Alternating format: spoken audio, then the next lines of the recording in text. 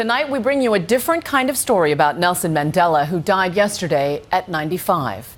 It's already Saturday morning in South Africa, and overnight, his flag-draped coffin began its journey back to his ancestral home to be buried.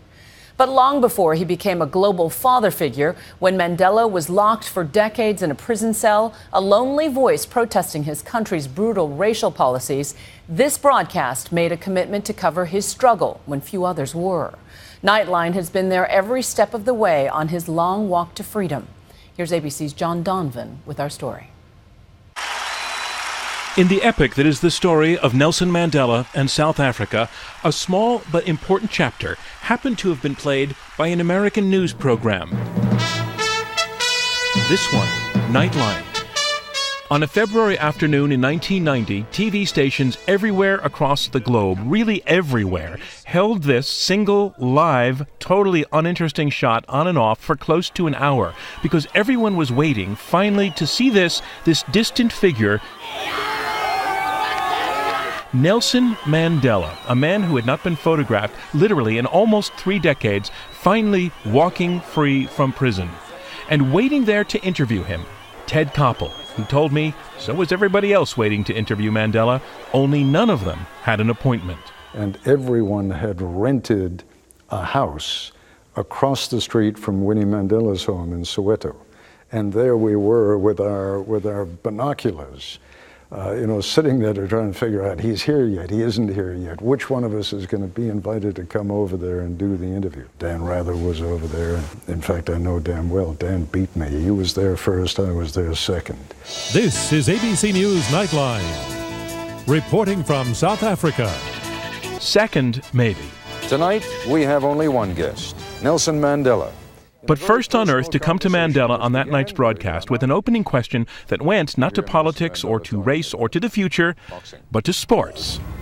You were surprised by the fight the other night, huh, with Tyson? Yes, I was very much surprised. I took it for granted that he would win. So did he. You went right to the boxing question. I did. And what was your plan? I wanted to hit him with a question he really wasn't expecting. Did you ever think of turning pro? Turning professionally? No, I never did. But you were a good boxer. Well, I do not know. That is for others to say. But I enjoyed the sport. Nelson Mandela was never an easy man to loosen up. It's long enough ago. A little bit of immodesty wouldn't hurt. No, I enjoyed the sport, you see. And did Mandela loosen in that interview? A little, not really. Even talking basics like the prison food. We live on millipap in the morning, millis for lunch, and millipap in the evening. What is millipap? Can you explain it to an American audience? It's a millis ground and cooked. Like a porridge? Like porridge, you see, yes. And but the cooking in prison was very bad those days. And the preparation of the food left very much to be desired. Even in that, Mandela maintained a certain rectitude in language, gesture, and posture that set him at a distance. Your time with him was rather formal. Yes, Nelson Mandela was not someone who was going to be my buddy. And he wasn't going to let me be his buddy. And yet Mandela, in subsequent years, rarely, perhaps never, said no when Ted invited him to be on Nightline. And that willingness, Ted is certain, stems from a single history-making week of television that Nightline produced in South Africa in the 1980s. South Africa is changing. We said we will only do this series of programs. We will only come to South Africa if members of the white government agree to engage in dialogue on the air with... Which had never happened on their own television. Had never happened on their own television. If you will agree to engage in dialogue with black leaders. So we actually had an occasion where the South African foreign minister at that point, Pick Botha, appeared live on television in the United States with then Bishop Desmond Tutu. And it was an extraordinary moment. Do you think it is a ghastly policy? Well, if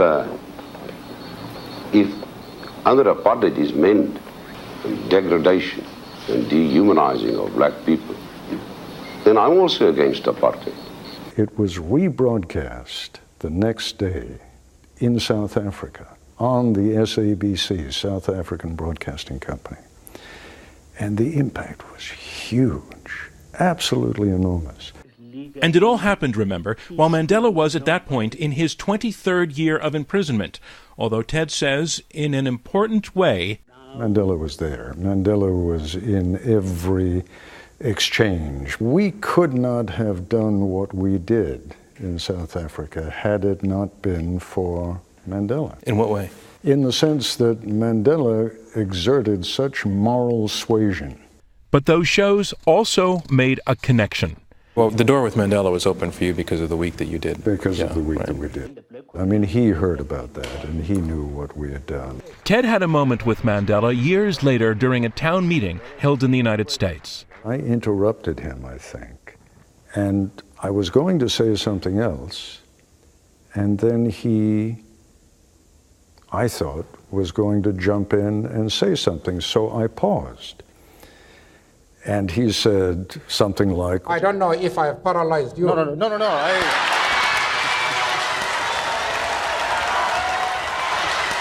And the largely African-American crowd at the town meeting loved it. You know, here's the white anchor getting it, you know, right in the chops from the man himself. It was a great moment for him, for them, less great for me. But Except now it's a great story to tell. oh, yeah.